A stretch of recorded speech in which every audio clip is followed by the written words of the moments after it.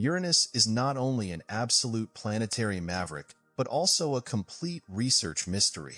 No wonder, after all, the shimmering blue ice giant was only visited by Voyager 2 and studied up close, and accordingly, the data is sparse. Despite all this, however, researchers have now succeeded in revealing a number of Uranus's characteristics that are as astonishing as they are confusing. The planet actually orbits the Sun on its side. Its magnetic field has not just 2 but 4 poles, and its surface is a frosty minus 216 degrees colder than it should actually be. But now, astronomers have finally managed to shed a little more light on the darkness of Uranus, and its strange 4-pole magnetic field probably goes back to a remarkable spectacle hidden deep inside the celestial body.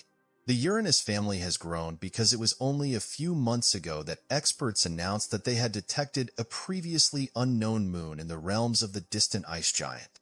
Accordingly, the number of Uranus's companions increased from 27 to 28, and as befits a lunar baby, the newly discovered satellite is also the smallest of all Uranus's moons found to date. Christened with a provisional name, S223U1, it's just 8 kilometers across. But the bigger question marks that have been swirling around Uranus for many decades are all the more reason to be curious.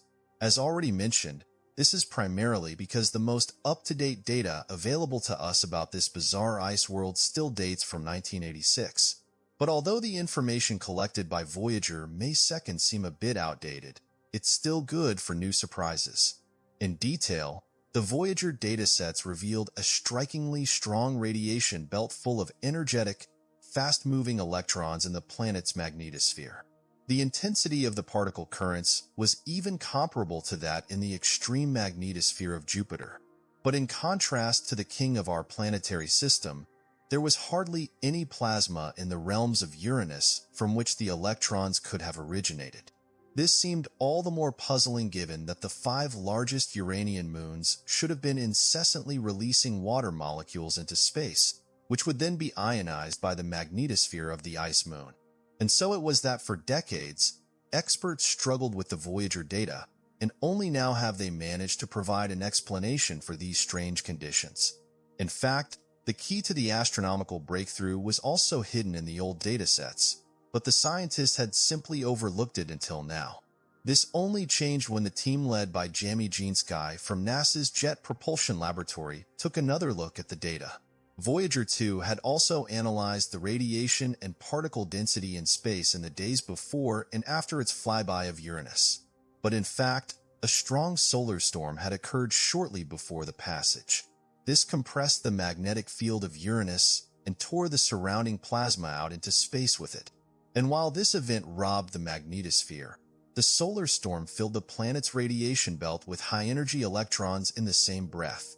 If you like, Voyager 2 simply caught Uranus on the wrong foot and by no means examined it in its normal state, but in an absolutely exceptional situation.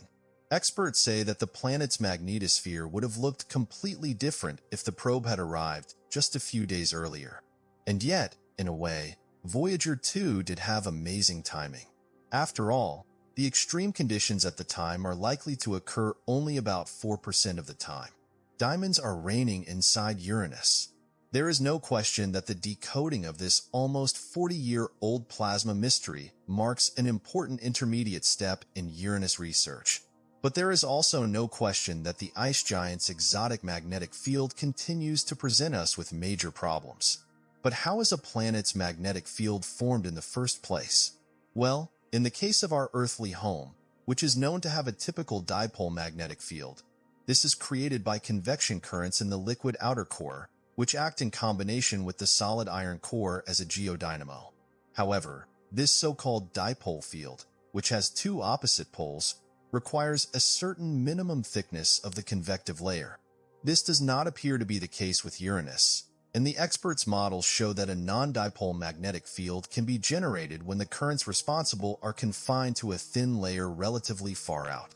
Furthermore, we know that the interior of the ice giant is composed of a solid core on the one hand and a mixture of water ice, ammonia, and methane on the other, which is potentially conductive and therefore a candidate for a convective magnet dynamo.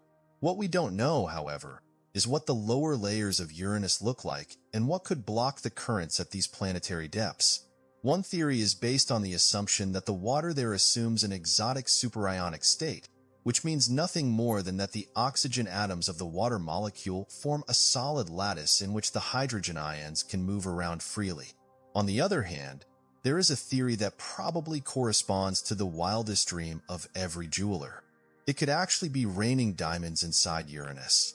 The fact that the interior of the ice giant may embody a planetary diamond is again due to the pressure and temperature, which are probably sufficient to break down hydrocarbons and compress the carbon into diamond crystals.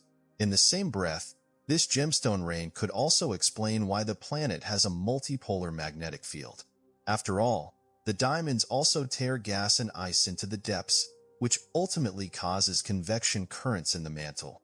Since conductive molecules are also set in motion in the process, these would also contribute to the unusual Uranian magnetic field. So far, so plausible, and yet a new series of research studies has now come to the conclusion that the magnetic field, the mystery of Uranus's magnetic field, actually has a completely different background. In this case, we are dealing neither with the effects of superionic water nor with the consequences of the diamond rain, but with the result of non-mixable layers in the planet's interior, the solution to the magnetic field puzzle. The fact that the discussion about the magnetic field is now enriched by a third approach is thanks to Burkhard Militzer from the University of California in Berkeley. In detail, the Dresden-born scientist used some high-resolution computer simulations that reconstructed the behavior of methane, water ice, and ammonia under the conditions inside Uranus. What was special about this was the fact that, thanks to an adaptive algorithm, Militzer was able to simulate the processes with atomic precision for the first time, with a surprising result. When the professor of Earth and planetary science looked at the model, the water had separated from the carbon and nitrogen. As a result, several layers were created that cannot mix with each other. At the very top is a conductive layer of water and ammonia about 8,000 kilometers thick, which is probably partly liquid. This is also the area where the convective currents take place, which act as the engine of the multipolar magnetic field. Just below that, there is a similarly thick zone of nitrogen-containing hydrocarbons whose hydrogen content decreases with increasing depth and pressure, ultimately resulting in several layers of these compounds that become steadily denser. According to Militzer, this circumstance prevents vertical flow, which is why these layers cannot play a significant role in the formation of Uranus's magnetic field. In other words, the hidden interior of the planet behaves like oil and water, and the bottom line is that the division into two immiscible layers can explain why Uranus has such an exotic magnetic field. But as is so often the case, the theory still needs to be put to the test in the course of future investigations. This could be done, for example, in the context of laboratory experiments under high pressure, or, in the best case, of course, in the course of direct on-site exploration. Unfortunately, the truth about space probes is that there is currently simply no program that has reached an advanced stage of development and would go beyond the status of a vague concept. One of these concepts goes by the name Uranus and includes two individual probes, one of which flies to Uranus and the other to Neptune. If the project conceived by the ESA is actually realized, the separable probe could make its way into the gigantic expanses of space in just under 10 years.